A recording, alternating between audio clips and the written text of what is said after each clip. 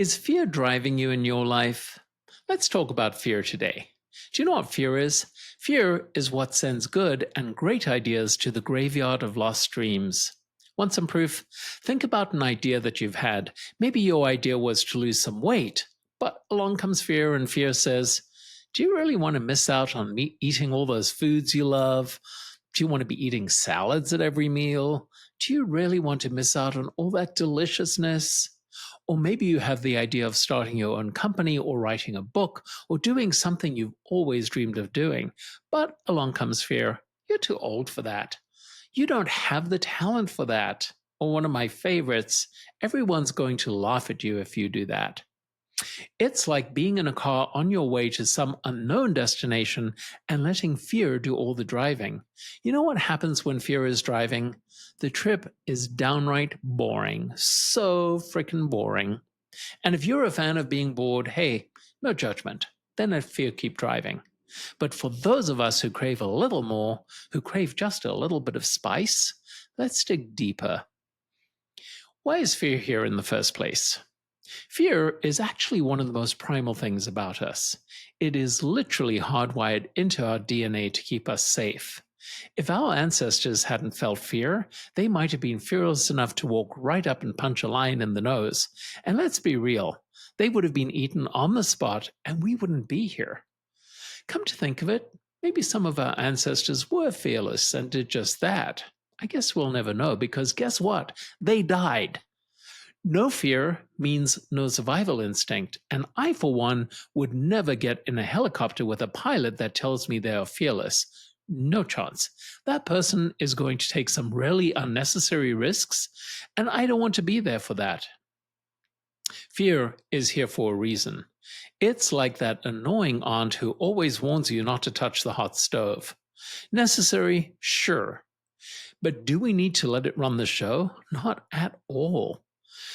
There is this old tribal tradition in Africa where a young man, on his way to becoming a chief, is sent out to kill a lion, by himself, armed with nothing but a spear.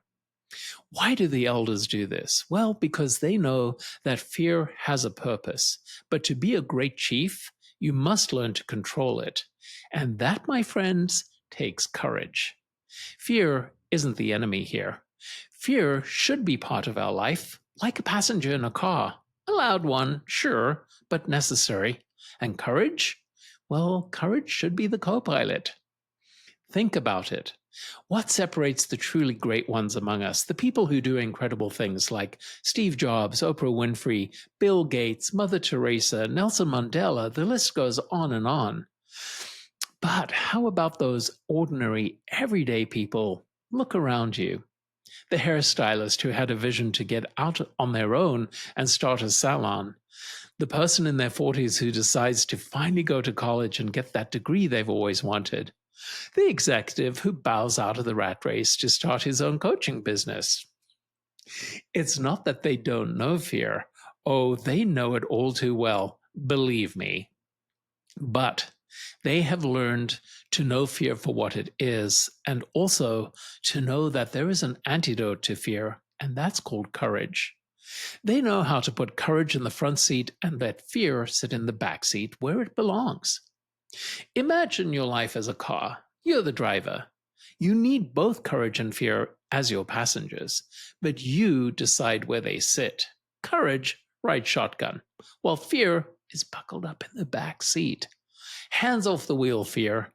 Your advice is always welcome, but you don't get to make a decision. And courage, I want to hear what you have to say, but guess what? You don't get to make decisions either. I do. I'm the driver, and I get to say where we're going. Fear is something that needs to be unpacked. You need to take it for what it has to say and really listen to it. But once you hear it, take a close look at what it is telling you. Is it basing what it has to say on potential future outcomes? If so, look closely. Is fear some kind of magical fortune teller? No. If you plan to write a book, fear might say to you, if you write that book, no one is going to read it. At that point, you might say to yourself, oh, fear is right, so why even bother? You have just allowed fear to take the wheel. But what if you ask courage? Courage might say, well, fear may be right, but what might you gain out of the experience of writing the book? Would you learn something about yourself? If you write the book, wouldn't you feel like you did something wonderful in your life? And so, what if you write the book and no one reads it? What is your motivation? If your motivation is to make a lot of money from the book, well, yeah, think more on that one. It's going to take an awful lot of work, and the chances of making a lot of money are not that good. But if writing the book is about knowing that you have something to say, if it's your calling, if it's what you feel you have to do, then why not give it a try? The choice is always yours. Will you let fear drive, keeping you on the same dull route day in and day out? Or will you take the wheel, letting courage navigate new uncharted roads, while fear just keeps you alert to the danger but is never in control? So, how about it? Time to switch seats with fear and start driving your own life. Because life is meant to be an adventure, not a snooze fest.